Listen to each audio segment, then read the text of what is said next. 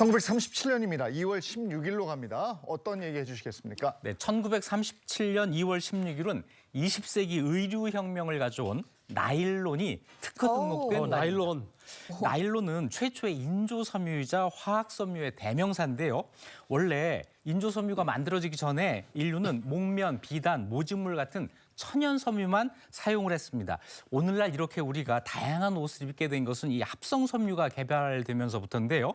나일론은 대량 생산이 가능해서 천연 섬유에 의존했던 옷감 부족 문제를 해결해준 20세기 최고의 발명품입니다.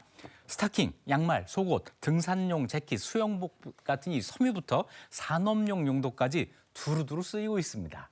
나일론이 없는 삶은 이제는 뭐 생각할 수조차 없는 없죠. 그런 삶인데 이렇게 질기고 잘 늘어나는 신소재 어떻게 개발이 된 겁니까? 나일론은 미국의 화학자 월리스 캐러더스라는 사람이 발명을 했는데요. 당시 캐러더스는 화학회사 듀퐁사에서 최초의 합성고무 네오프렌이라는 것을 발명한 사람이에요. 자, 그 다음에 섬유를 화학적으로 합성하는 방법을 연구하기 시작했습니다. 그러던 1932년 어느 날 실험실에 있던 한 연구원이 폴리에스터가 얼마나 길게 늘어나는지 이 호기심을 가지고 폴리에스터를 유리 막대기에 꽂고 넓은 방을 돌아다녔는데요. 이때 폴리에스터가 실처럼 가늘고 길게 뽑아져 나오는 모습을 캐러더스가 보게 됩니다. 이걸 그냥 지나치지 않고 여러 가지 실험을 하게 되는데요. 폴리에스터를 잡아 늘리면 그 속 분자들이 한 방향으로 늘어나면서 강도가 증가한다는 사실을 알게 됩니다. 그렇다면 내 사무실에 있는 폴리에스터보다 더 고분자죠. 폴리아마이드라는 것도 그게 되지 않을까라고 생각을 해서 폴리아마이드를 가지고 똑같은 실험을 해요. 그래서 결국 1935년 9월에 폴리아마이드에서 실크처럼 부드러운 긴 실을 뽑아내는데 오. 성공합니다. 이게 와. 나일론이에요. 이후 나일론이 듀폰사의 상품화 과정을 거쳐서 세상에 공식적으로 나오게 됩니다. 연구실 직원이 호기심 때문에 막 이렇게 장난을 치다가 일이 생긴 거잖아요. 네네. 근데 이걸 그냥 넘어가지 않고 발명을 해낸 거 보니까 이 사람의 아이디어가 정말 비상한 것 같은데 처음에 나일론이 나왔을 때 사람들의 반응은 혹시 어땠나요? 세상에 처음 나왔을 때 기적의 섬유라고 불립니다. 기적까지요? 네, 듀폰사는 나일론을 석탄과 물과 공기로 만든 기적의 신소재, 거미줄보다 가늘고 강철보다 강한 기적의 실, 이렇게 광고를 했습니다. 세상에 발표되자마자 세계인의 관심이 집중이 되는데요. 나일론을 이용한 첫 제품은 칫솔이었습니다. 그때까지는 칫솔을 돼지털로 만들었어요. 돼지털이 빳빳하잖아요. 그런데 이 돼지털은 자꾸 빠져서 이 사이에 끼는 불편함이 있었고 또 잘 마르지를 않아서 이 젖은 칫솔에서 세균이 번식하는 문제가 있었습니다. 그런데 나일론 칫솔은 칫솔이 단단히 박혀 있어서 이 사이에 낄 일이 없었고 몇 번을 써도 칫솔모가 흐트러지지 않았고 빨리 말라서 박테리아가 번식할 걱정도 없었고 무엇보다도 수명이 길고 값이 쌌습니다. 야, 네. 칫솔의 역사도 나일론이 바꿔놓은 건데. 그러네요. 뭐 아무래도 나일론이 사람들에게 가장 널리 알려지게 된 계기는 그 여성용 스타킹이었죠. 네, 역시 나일론 하면 스타킹입니다. 1940년 5월 15일 날 미국 백화점마다 나일론 스타킹을 사려는 여성 고객들이 장사진을 이뤘습니다. 나일론 스타킹은 그전에 만들던 실크 스타킹만큼 부드러우면서도 내구성이 뛰어나고 탄력이 더 좋은 그런 물건이었어요. 실크 스타킹에 비해서 값이 2배가 비쌌는데도 많은 여성들에게 폭발적인 인기를 누렸습니다.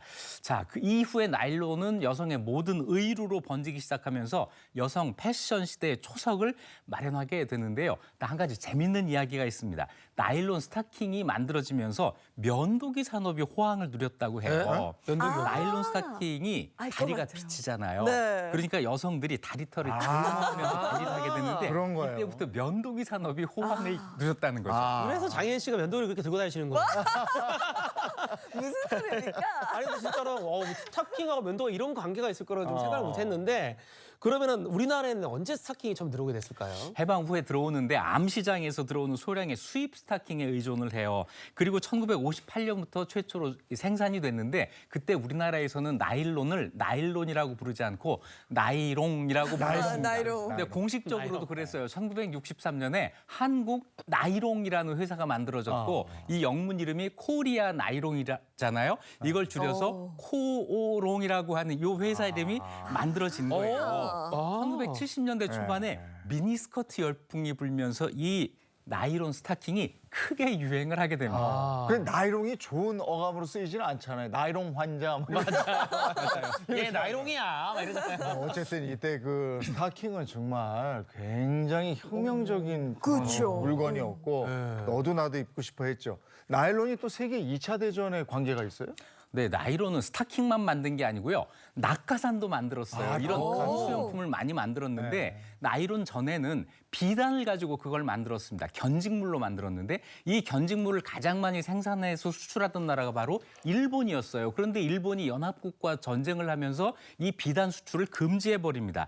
그러니까 연합군들이 그 대체품으로 나일론을 선택을 했고요. 그때부터 나일론은 낙하산, 비행기, 연료 탱크 이런 연료로 군수품 와. 이 원료로 사용되면서 2차 대전에서 아주 톡톡한 역할을 하게 됩니다. 야, 아니 근데 이 정도면 나일론을 발명한 캐더러스는 그냥 뭐 돈방석에 그러니까요. 그 정도를 최초니까. 넘어섰을 것 같은데요? 네, 그런데 안타깝게도 그러질 못했습니다. 캐러더스는 나일론 제품이 출시되기 전인 1937년에 필라델피아의 한 호텔에서 스스로 목숨을 끊었는데요. 아이고. 원래 우울증이 있었는데 여동생의 갑작스러운 죽음으로 병세가 깊어져서 어머머. 이 극단적인 선택을 하고 만 거죠. 그때 나이가 겨우 41살이었습니다. 나일론의 대단한 성공에 비해서 그 발명자 캐러더스의 운명은 비극적이었죠. 자, 이렇게 20세기 의류혁명을 일으킨 나일론은 천연 섬유가 아닌데도 꼭 천연 섬유 같다고 해서 진짜 같은 가짜 이런 이미지를 갖게 돼요. 그래서 나이롱이라는 그래서 말이 우리한테 나이롱 환자. 유행을 하는 거죠. 병원에는 보험금 노리는 나이롱 환자가 있고 교회는 크리스마스에만 교회 나오는 나이롱 신자가 있고요. 대학에는 학교만 왔다 갔다 하는 나이롱 대학생이 있고 이렇게 됐었어요. 나이롱은 이렇게 우리 문화, 우리 일상 속에 아주 깊이 들어와 있습니다. 이제 그래서 이제 이렇게 확실히 알아. 불렀구나. 네. 진짜 같은 가짜. 이 5번. 다음 역사로 가보겠습니다.